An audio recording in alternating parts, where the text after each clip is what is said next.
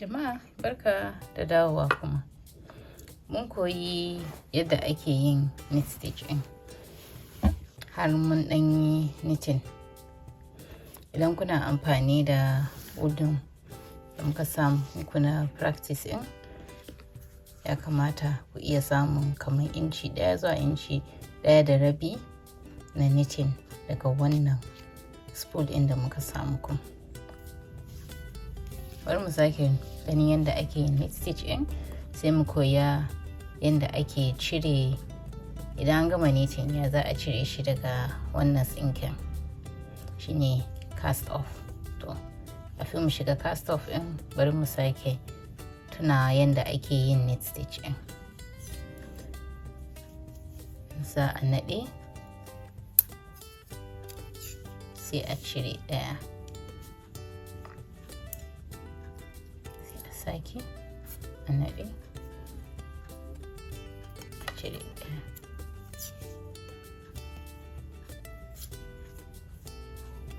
Tabbata dai shi knitting inda ake yi yana kallon ƙasa.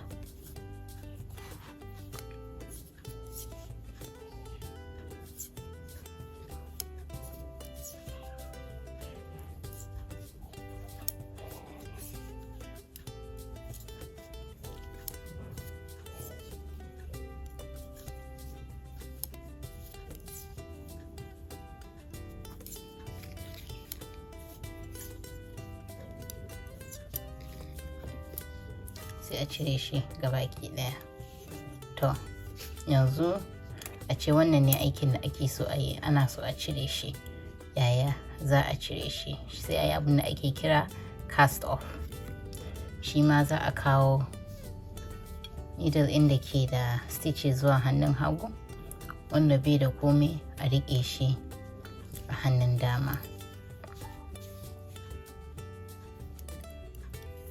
Za a fara ne da knitting stitch guda biyu. Na ɗaya an cire, sai na biyu a cire. Yanzu an yi knitting stitches guda biyu. Sai a zo needle inda ke hannun dama.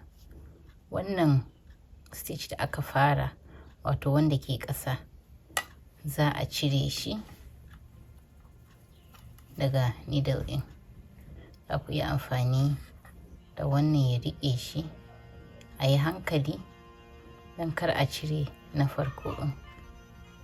Kun ga na farkon ne aka cire, aka bar na biyu. Shi yanzu ga shi nan a ƙasa. Sai a je a yi knitting ɗaya kuma. An knitting ɗaya, an cire. Sai a zo a ɗauke wannan, shi a cire shi a bar wannan haka.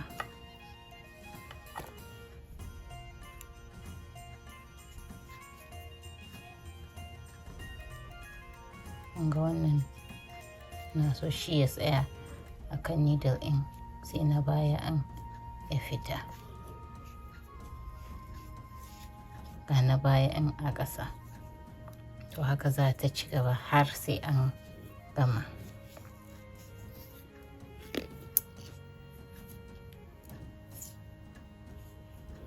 A cire.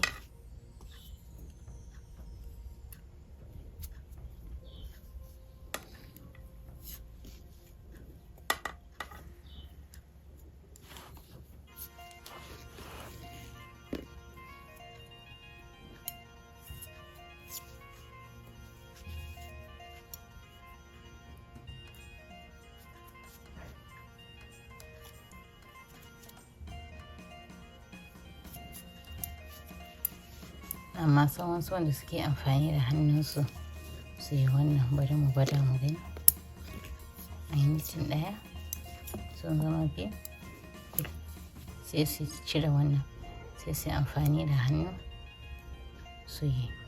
Amma ni na fi son wancan, so kowane hanya, ko da hannu ko da knitting needle ɗin, ana dai so a cire na bayan shi ya faɗi ƙasa, a bar wanda ke kusa-kusa. Kuma kullum guda biyu kawai ake bukata a wannan needle na dama.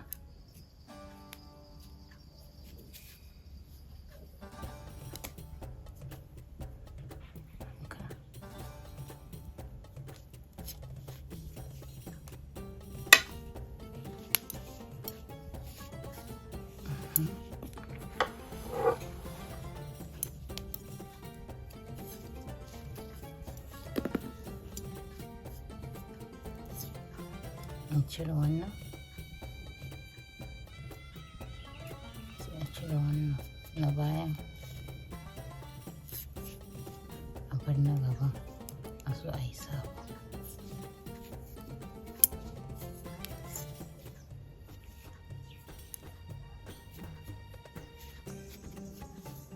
A cire na bayan a zo gaba.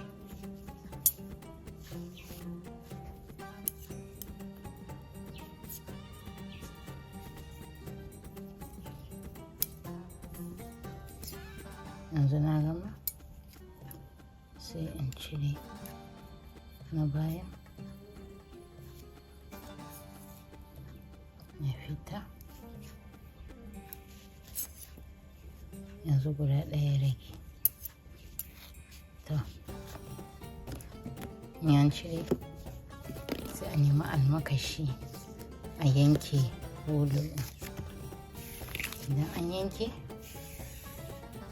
sai a sa wannan in ya wuce ta stitch in na ƙarshen nan, shi bindin zai wuce a ja. Kunga mun cire nitin namu daga nitin pin, gashi nan ba komai a kai, ga abin da muka yi nitin ya fita. To yanzu da a ce wannan shine project namu, an gama kenan, sai a zo a samu allura a ɗinke wannan ya shiga domin a same shi. Ga alluran da muke amfani da shi, plastic, irin shi yana da faɗi inda wannan wurin zai shiga.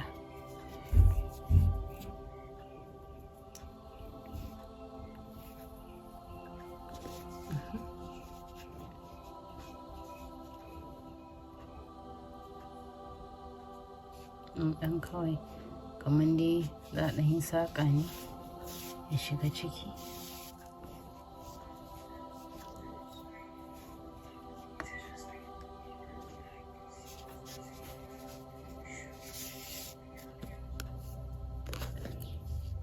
Za a saƙa shi ne ya shiga haka, kamar sau ɗaya sau biyu haka. Samu almakashi a yanka, sai shi wannan til na farkon nan da aka fara shi ma za a yi ne haka.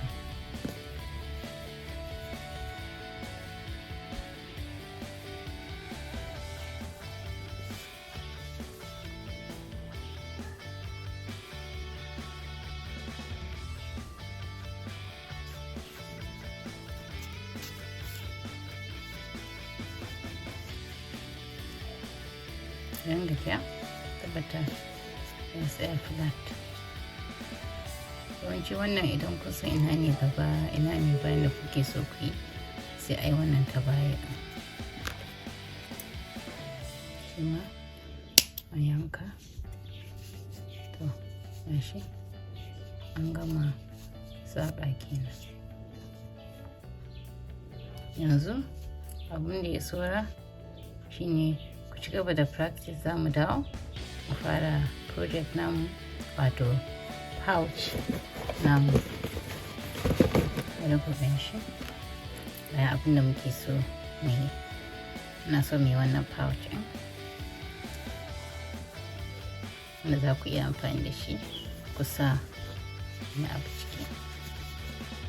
Idan kuna da wata tambaya, ku yi tambaya, zan ba da ansa insha Allah. Sai mun dawo a wuta gajiya. Sunana Yawata daga Adonmu.